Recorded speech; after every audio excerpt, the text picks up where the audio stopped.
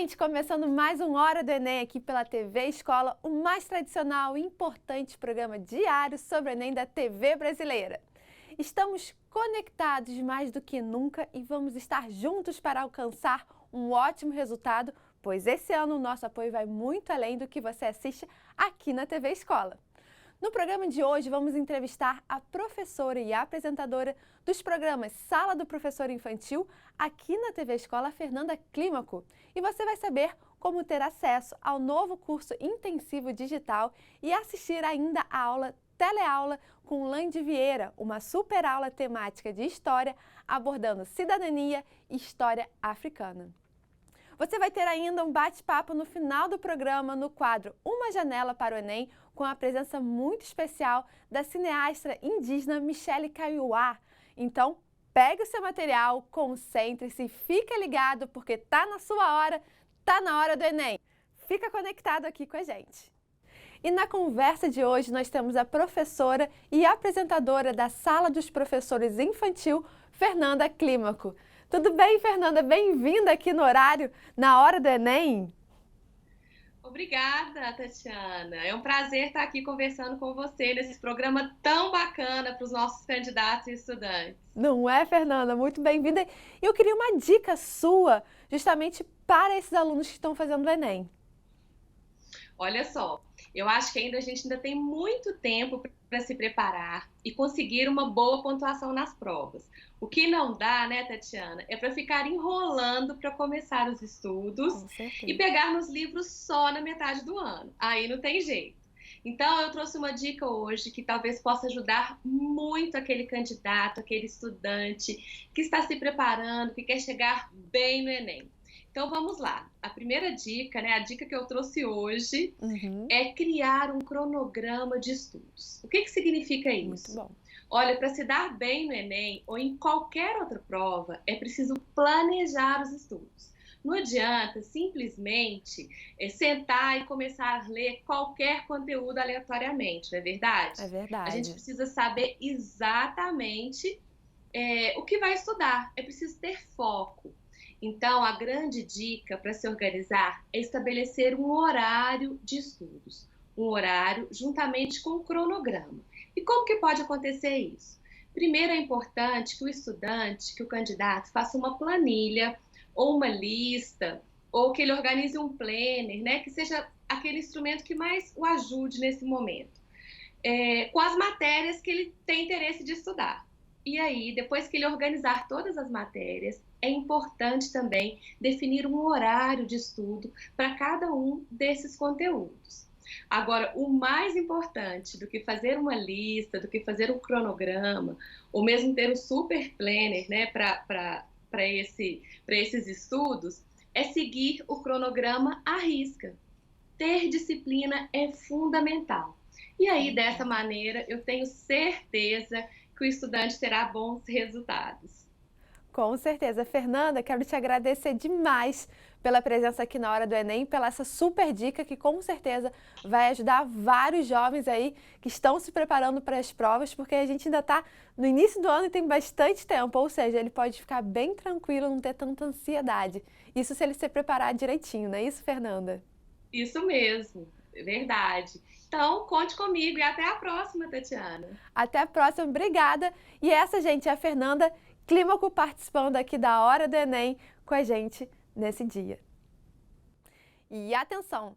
Nesse ano de 2021, depois de longos meses sem aulas presenciais e falta de condições para uma preparação mais efetiva e abrangente para as provas do Enem, a TV Escola está proporcionando aos estudantes de todo o Brasil um curso de apoio e revisão intensiva que reforça o conteúdo que você assiste aqui na Hora do Enem. Contando com a parceria do Colégio 24 Horas e do QG do Enem, uma super plataforma disponibiliza um curso modular totalmente digital para você estudar diariamente através de centenas de videoaulas especiais do curso online do QG do Enem, exercícios e material de apoio, além de mini simulados inteligentes. E uma completa estrutura de aprendizagem trabalhando os conteúdos mais abordados e cobrados nas provas, tendo como referência as habilidades, que facilita assim a compreensão de toda a programação. Para participar, procure as secretarias de educação da sua região, líderes de comunidade, organização social ou empresa para ter acesso ao projeto. Acesse também o nosso site e saiba como aderir a esse curso de apoio de reforço intensivo da Hora do Enem 2021, que você pode fazer de casa, da escola, do trabalho, sozinho ou em grupo, contando ou não com a ajuda de professores e facilitadores.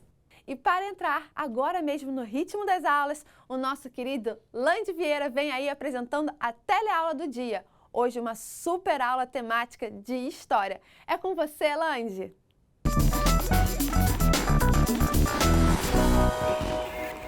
Hora do Enem no ar, falando sobre história.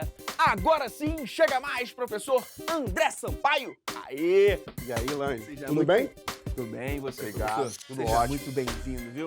Vamos lá, a gente vai bater um papo sobre antiguidade. Vambora. Então, assim, o que a gente precisa saber sobre antiguidade, professor? Lande, a antiguidade é um período muito longo. Sim. Né? Data mais ou menos do século VIII a.C., quando começam a surgir as primeiras obras do Homero na Grécia, e vai até o ano de 476 depois de Cristo, né? E o marco temporal para esse fim é a queda do Império Romano do Ocidente. É um tema que tem muita incidência no Enem, nem sempre pelo viés histórico, né? Muitas vezes pelo viés filosófico, com as obras dos pré-socráticos, do próprio Sócrates, do Platão e do Aristóteles, mas quando cai em história, as questões elas tentam transversalizar com temas que sejam cotidianos, sejam atuais. Nossa primeira questão fala sobre legislação na antiguidade. Então, qual a importância desse tema para hoje, para o Enem? Lande, essa é uma pergunta muito boa. Por quê? Porque é no mundo antigo que começam a surgir os primeiros códigos de leis. Né? Nas civilizações existia muito a lei pela via oral, né? Existiam umas normas que as pessoas passavam oralmente umas para as outras, e durante o mundo antigo começam a surgir esses códigos normativos. O primeiro deles talvez tenha sido o Código Hammurabi, na Mesopotâmia, depois a legislação de Solon, na Grécia, até que chegamos em Roma com as 12 tábuas, que é o tema da nossa primeira questão, depois o Código Corpus Iuris Civilis, que data do período do Justiniano. Você chegou a tocar no conceito de cidadania. Tá ligado a isso, não tá? Tá sim, tá ligado a esse momento, né? É um momento em que as pessoas elas começam a decidir a vida política, principalmente em Atenas, de modo corporativo. As pessoas vão para a praça pública deliberar sobre as questões políticas, sobre as leis que regeriam aquela região. Então, professor, bora lá ver a questão? Vambora, pô!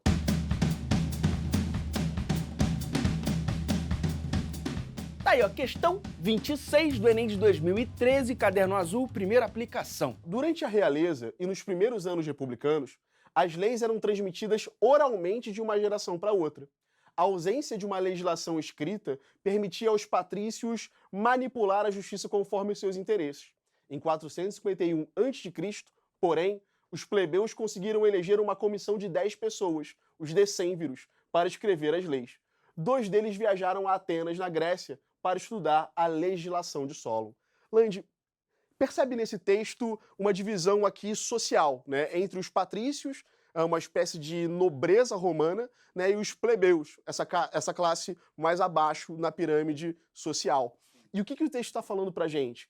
Que a ausência de uma legislação escrita prejudicava os plebeus. Em que sentido? A aplicação da lei ela não era, primeiro, sempre a mesma para todos, né, e, obviamente, os plebeus eles eram punidos com mais severidade dentro desse sentido. Sim. Isso é uma questão interessante para a gente discutir o próprio conceito de legislação, como se formam legislações, como se formam leis. Né? Eu costumo dizer que o direito, na verdade, ele é uma construção social. Ele naturalmente nasce de tensões entre grupos. Né? Sim. E esse caso aqui é um momento de codificação das leis. Eu vou transformar leis que eram orais, eram passadas de forma oral, em um código escrito. Tá? Entretanto, isso não significa dizer que não há uma convivência, muitas vezes desarmônica, entre o código escrito e o código oral, as normas orais. E eu posso te dar alguns exemplos disso. Nos Estados Unidos, no século XIX, quando foram criados os códigos negros, os Black Codes, que são códigos de segregação racial entre negros e brancos no sul dos Estados Unidos. Naturalmente, isso era um código proibitivo aos direitos civis dos negros, a liberdade de ir e vir, por exemplo, que eles tinham de frequentar determinados locais, correto? E, naturalmente, muitos protestaram contra a existência dessa lei. como inicialmente era um grupo pequeno, que não tinha tanta adesão da sociedade, eles foram punidos, eles foram presos. Entretanto, com o passar do século XX, os movimentos negros conseguiram despertar e mobilizar a opinião pública de toda a sociedade. E aí o que aconteceu? Essa tensão social transformou o direito civil dos negros. Em 1964 foi aprovada a Lei do Direito Civil dos Negros. Então, assim, as leis elas tendem a responder às demandas sociais. Pode demorar, pode ser meio doloroso, né? Mas elas tendem a fazer isso. Resolver a questão, bora lá? Vamos lá? A superação da tradição jurídica oral no mundo antigo descrita no texto esteve relacionada a... Repara, o que aconteceu aqui? Um grupo de plebeus, né, exigiu que as leis fossem escritas. Para quê? Para falar, ó, tem aqui, né? Exatamente. Para que eles tivessem acesso à redação das leis e para que as punições elas se assemelhassem às punições dos patrícios ou dos outros grupos sociais. Beleza? Tranquilo? Beleza. Então, o que a letra A fala pra gente? A letra A vai falar a adoção do sufrágio universal masculino. Sufrágio. Sufrágio é voto. Tá. A questão ela não está falando sobre voto, ela está falando sobre o fato dos patrícios manipularem a justiça. Sim. Beleza? Então, assim, o fato da redação das leis não significa dizer que os plebeus poderão votar, por exemplo, ou que o voto passará a ser disponível para todos. Futuramente, bem depois das 12 tábuas, os plebeus conquistam outro direito, né? Na República Romana, eram 2 cônsules, né? E futuramente os plebeus vão ter direito a uma cadeira dentro do consulado. Então, vai dividir entre patrícios e plebeus. Mas não significa dizer que todo mundo vai votar em Roma. Beleza? A letra B fala extensão da cidadania aos homens livres. Repara, se a cidadania aqui é o corpo dos direitos civis, né? E eles estão escritos, a partir de agora a punição não vai ser diferente para os grupos sociais. Certo. Perfeito? Então, o que acontece? Os plebeus que anteriormente não eram contemplados por esses direitos passarão a ser. Então, os homens livres em Roma, plebeus e patrícios, né, serão contemplados pelo mesmo Código Legislativo. Tá? Gabarito letra B. Letra B. Mas vamos para C, vamos olhar as outras? Vamos olhar. A letra C fala assim, ó, a afirmação de instituições democráticas. Bom, a gente não está discutindo aqui o conceito de democracia, que, por exemplo, existe em Atenas e não é tão presente em Roma, tá? Na instituição democrática, várias pessoas podem participar a um debate, a uma deliberação sobre as leis. Não é o caso aqui. Existem as leis, elas foram confeccionadas pelo poder e agora elas vão ser escritas, né, e transmitidas pela via escrita, tá? Perfeito. Letra D, implantação de direitos sociais. Galera, direitos sociais é algo que você só pode falar no século XX. É a criação dos direitos trabalhistas e dos direitos humanos, tá? Na antiguidade, o que você tem são direitos civis e direitos políticos, beleza? Perfeito. E letra E, a tripartição dos poderes políticos, também é algo muito comum a partir do século XVIII com o Iluminismo, né? O Barão de Montesquieu, na obra O Espírito das Leis, que vai versar sobre a tripartição dos poderes, o executivo, o legislativo e o judiciário, harmônicos e interdependentes entre si. Então, reforçando, gabarito, opção B. De bola, a extensão da cidadania aos homens livres. Professor, agora o papo é sobre história africana. O que a gente precisa saber sobre essa história? Olha, Andy, são 2 coisas importantes. A primeira é que todos os anos de 2009 para cá, caiu uma questão sobre a história da África ou dos africanos no Brasil, tá? Mas eu acredito que a importância da história da África, ela não reside apenas, né, nesse caso específico no Enem. Em 2003, o Brasil aprovou uma lei, em 2008 essa lei foi reformulada, de obrigatoriedade do ensino de história da África e dos africanos no Brasil. Essa medida, ela tem como finalidade apresentar uma África diferente daquela do senso comum, né? A África que nós conhecemos, ou que pelo menos eu conheci quando eu era criança, com uma visão muito exótica e selvagem, muito fruto também da literatura do século XIX, dos viajantes europeus que iam para lá, apresenta uma África muito diferente da nossa realidade, da realidade africana, principalmente antes da chegada dos europeus. E, com certeza, essa lei tinha como objetivo diminuir a intolerância racial, o racismo dentro do Brasil. Quais são os principais aspectos que a gente tem que ter em mente quando a gente estuda a história africana? Então, o Enem ele é muito feliz porque os textos que a banca seleciona, eles são textos que normalmente quebram esse paradigma ou que quebram essa visão da África da Uma memória visão africana, eurocêntrica. uma visão eurocêntrica da África e uma visão muito mecânica da própria escravidão, né? Então, o que a gente vai perceber? Que as questões sobre história da África, elas vão tender a valorizar e a demonstrar como era a África antes da chegada dos europeus. A gente vai começar a enxergar os impérios africanos, né? Opa! O poder dentro da África, as sociedades riquíssimas, super estruturadas, até mais estruturadas à sua época do que vários países europeus.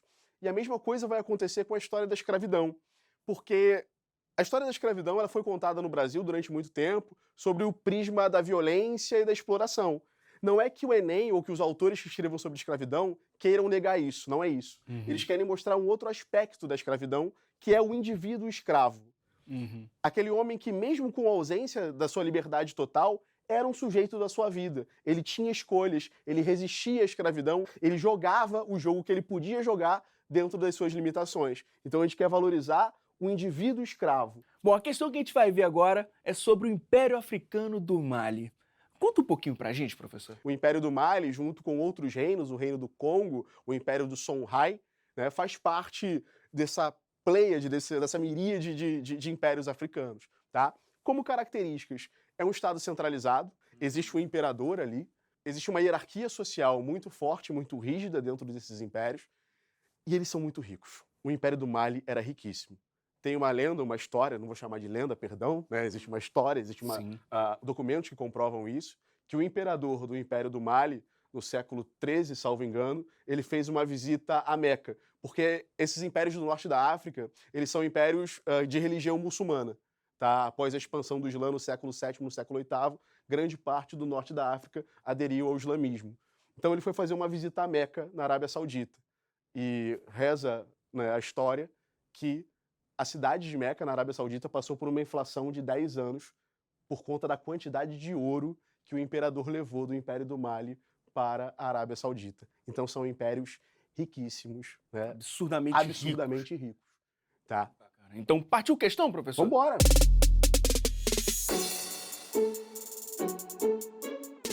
Tá aí, questão 46 do Enem de 2017, caderno azul, primeira aplicação. Professor, tá contigo. Vambora. No Império Africano do Mali, no século XIV, Tombouctou foi o centro de um comércio internacional onde tudo era negociado: sal, escravos, marfim e etc. Havia também um grande comércio de livros de história, medicina, astronomia e matemática, além de grande concentração de estudantes. A importância cultural de Tombouctou pode ser percebida por meio de um velho provérbio: o sal vem do norte, o ouro vem do sul, mas as palavras de Deus e os tesouros da sabedoria vêm de Tombouctou. Olha que texto maneiro, né? Eu estou falando de uma cidade que existe até hoje, né? Hoje passa por vários problemas, a gente vai discutir isso mais à frente, mas que foi um centro cultural africano, através da universidade ou mesquita, se a gente preferir, de Sankoré. Estima-se que no século XIV, que ele está falando ali, essa universidade ela tinha mais ou menos 50 mil estudantes. Olha que bizarro. Olha isso. Né? Muito grande, né? Paris não tinha essa quantidade de pessoas na mesma época. Né? Então, foi isso que eu quis mostrar quando eu falei que eram cidades mais estruturadas do que, por exemplo, as cidades europeias. E não é dito, né? Exato, a gente não sabe, não tem exato. acesso a essa informação. Exato. Ou pelo menos não tinha. Não né? tinha. O Enem ele fez esse movimento também de descortinar uma nova África, né? De alimentar uma nova África nos estudantes. O texto está falando que a cidade ela é um centro de um comércio internacional. Sim. Só a partir daqui, o que a gente já deduziu? Que Tombouctou era um ponto de ligação entre o norte, de onde vem, ele fala, né, o sal, né? O ouro vem do sul, e Tombouctou está ali naquele centro, né, alimentando a intelectualidade daquele território. Sim. Beleza? Beleza. Então, a partir daqui, a gente já imagina que é uma cidade muito rica, uma cidade muito próspera, né? E é a capital do Império do Mali, tá?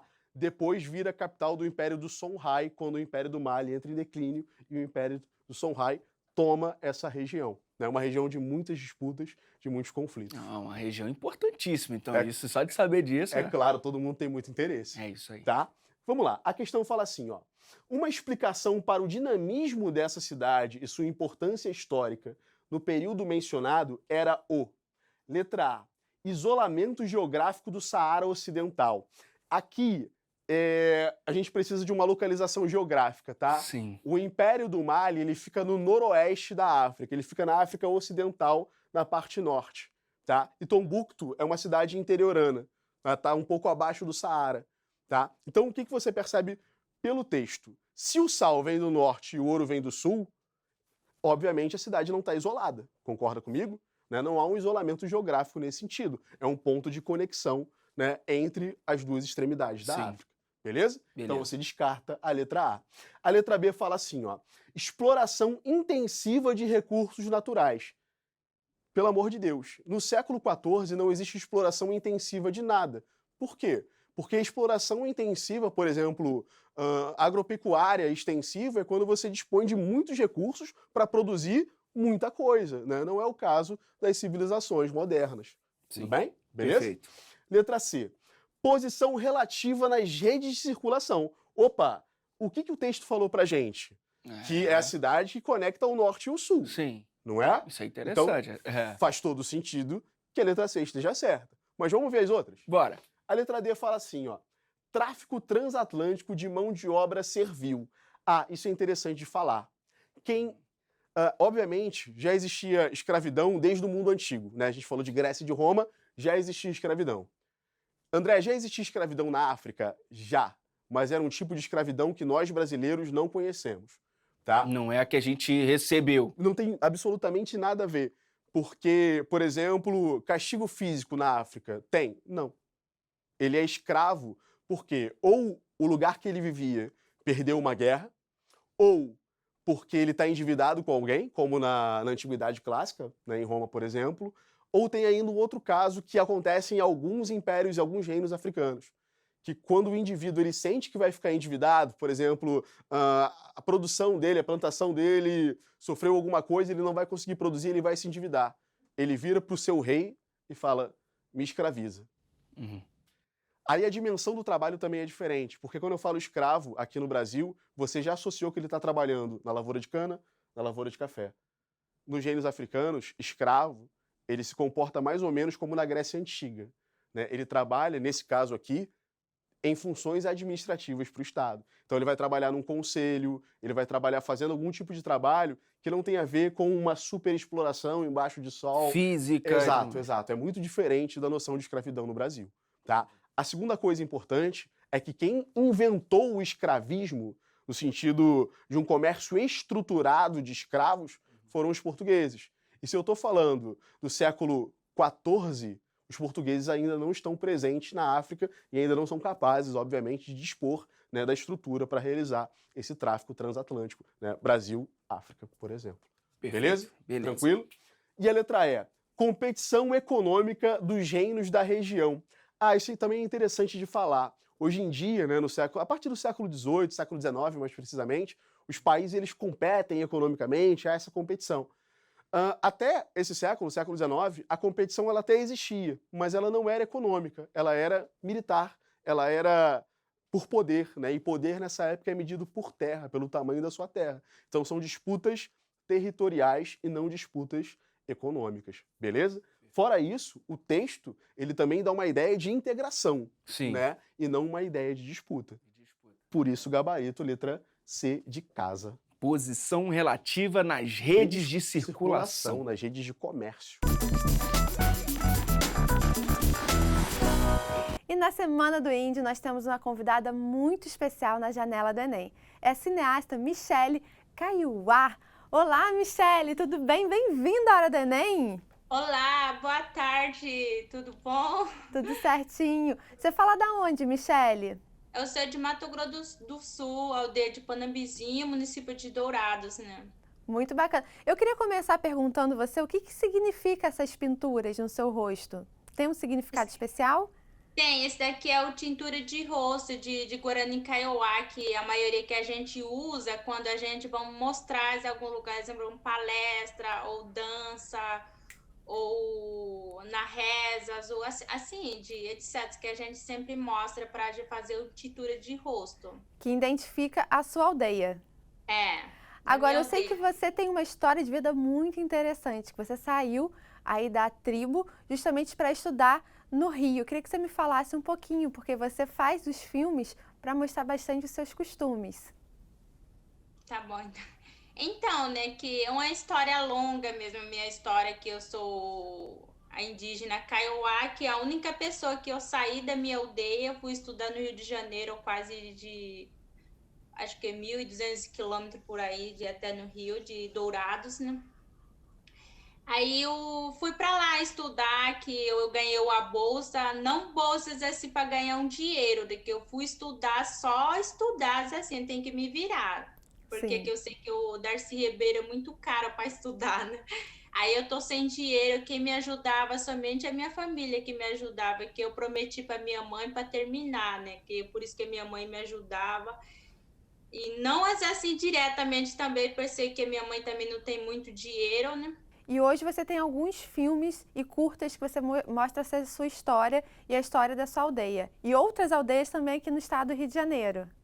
Sim, a maioria que eu trabalhava fazendo filmagem, eu fui na aldeia de Maricá, no Rio de Janeiro. Eu fui 2 aldeias no Rio de Janeiro, na Maricá, na Mata Verde e Angra dos Reis.